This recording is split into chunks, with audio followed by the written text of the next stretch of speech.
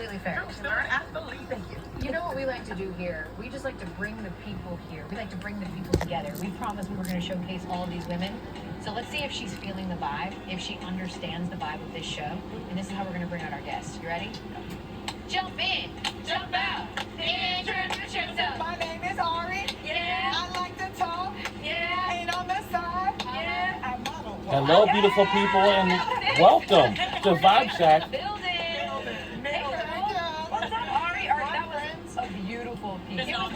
Make it better if you just Amazing. bust out the Dougie and see if you're actually like that. Yeah, exactly. Yeah, we don't want to talk about that. She's like, we're running out of time. Of course, you went and you chatted with Coco right after she had won the French Open. She obviously lost at Wimbledon on Tuesday, and that was a bit devastating. But I really enjoyed about how she talked about like the different places that she's at. And I wonder why you think she is uniquely fit, as emotional as she was on Tuesday, to bounce back from something like this. What happened to her? She's so self-aware to be 21. And if you know the dynamics through life, there are going to be wins and losses along the way. But she still remains Coco. She didn't try to make excuses for anything. She was just like, you know what, I'm here. But she was very candid about how the media run after was overwhelming to her. And so to be that young and that self-aware and that tuned in and not being too hard on yourself in a way that it can manifest itself in weird ways, that's special. Yeah, and you mentioned that she's 21 years young. It's wild because she seems like she is just wise beyond her years. Some of the gems that she dropped, whether it was the devil in the details and how she tries to get 1 inch better knowing that's going to be a mile. Or if you think about like just the vision of, you know, it's written already, her destiny, and she's just working to fulfill it. You've interviewed so many different athletes. What makes her unique and different? Because I love her on social media, but like she's also so fierce and competitive. But that is her, right? That both can be true. The levity of it all, the way she's able to laugh at herself, the way she's able to step off the play or grab, preferably in her mind to play. But like the way she's able to separate herself and say, I'm still a kid too. And when you have that balance in life, it just makes it better. So she's going to be a champion for a long time because she has that. And the support system. Yeah. Like, she's seen people do it. She mentioned Venus and Serena and her father finding inspiration by their story and their past. And there's something special about owning children, I'm just saying. Oh, here you go. You know, I think it's really special, though, that Coco said she was in her winning era. And even though she fell short at Wimbledon, with having Dawn Staley on her vision board, Dawn Staley just released a book, you all know that. I got the PR for that book, and on the top of the box it says, success is defined by how you bounce back. So you can still be in a winning era and fall short by the way that you bounce back and still winning. My question for you is, can we see the vision boards? Like, can we see them? I got distracted. Can we see the That's your vision board. This is Coco's. It's really just me manifesting a grill. Well, she's got a cute little dance. Wait, so I actually feel like this is a great idea for us to finally utilize our manifestation board. We have uniquely and conveniently put right here. And how about we do this? I'll go first. We'll put things up that we want to manifest for ourselves for the show. And I'll actually go first. I'm gonna have my vision board. I'm going to go first manifesting. I'm going to manifest that Coco has a major bounce back and that we get to watch her. Coco wins U.S. Open while the show sips honeydew. The most expensive drink in sports. $5. It's basically just Kool-Aid. That's all right. Yeah. And I'm going to put this up here on the board. Who is next? If you guys talk about my serial killer handwriting, I promise Okay. you're next. In the spirit of this, I love this. In the spirit of this, how about guys? You guys know we're our core, all of us, hoops. I want to manifest like shooting hoops with someone super cool, someone influential, someone that's not game, but how about like President Obama? And then should I do a 2-for-1? And then we have to do a lot of practice. All right, should I just do that? What about you, Diane? Yeah, 2 weeks. Okay, mine, I want to. All right, you did another amazing piece. I want to another one with the stylist. Wow, that's cool. WBA, stylist. I want to go shopping, all of us, with La Roche. You know what? I want to go shopping to the stars. Yes, I want to go shopping with La Roche. Yeah. And then another one, I want us to all, or just me, I wouldn't mind. Train with Courtney Shoes. That is correct. Yeah. Okay, right, we have Bud Crawford. I want us to get a boxing session today. When you can train. Do you mean someone's gonna have to hit me in the face? Because this is the money Right, I know. That's why I'm starting a boxing group that I have, so we can just meet at a training center. Okay, all right.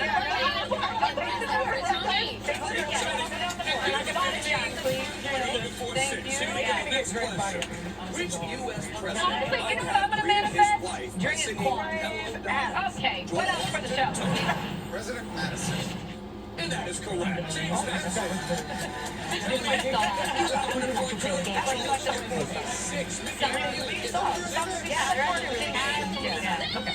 a little demented though, the trainers is. Something or nothing. I'll give you guys a scenario. Tell me if there's like something behind that or this isn't nothing.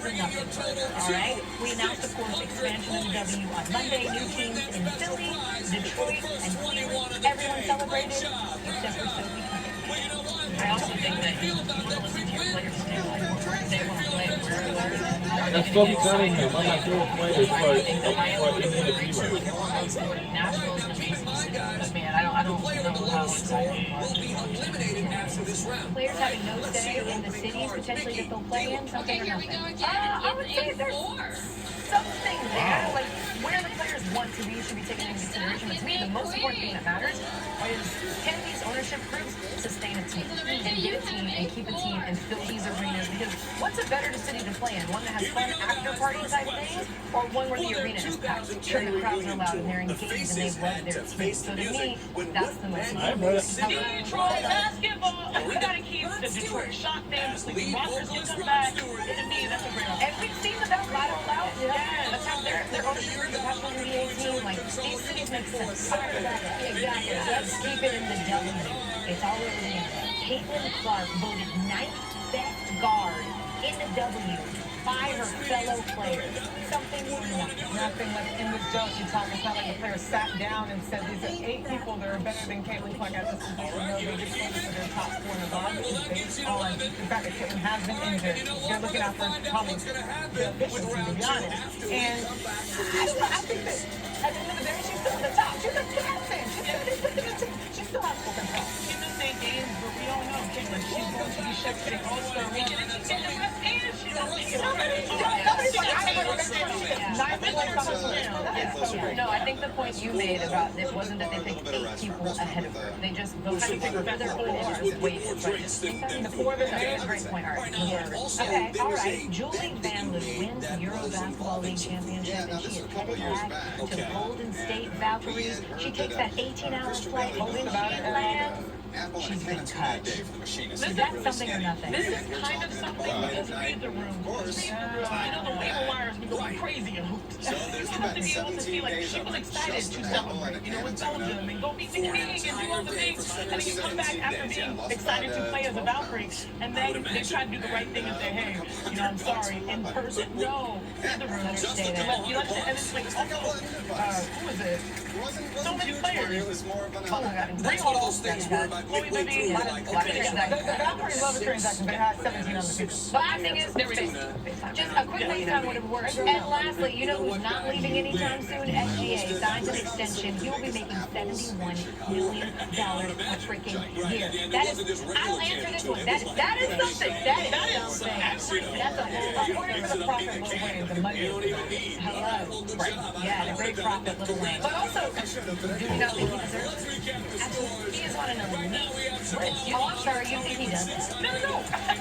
Everything. Here's what I'll say. Leader, MVP, but here's what I'll say. 3 other players that does that. And there's only one other player that's making over $70 million a year in like all of sports, and that's Shohei Ohtani. And we believe he's Shohei Ohtani. It doesn't matter. We believe he is worth every penny. Okay, we also never complain about any athlete getting their bag, get your whatever. We also believe that this is a perfect place to end the show with a vibe check. So, $71 million lands in your bank account right now. What's the first thing you're doing? Ready? 3, 2, 1. Retire. See me. We all said. Wow.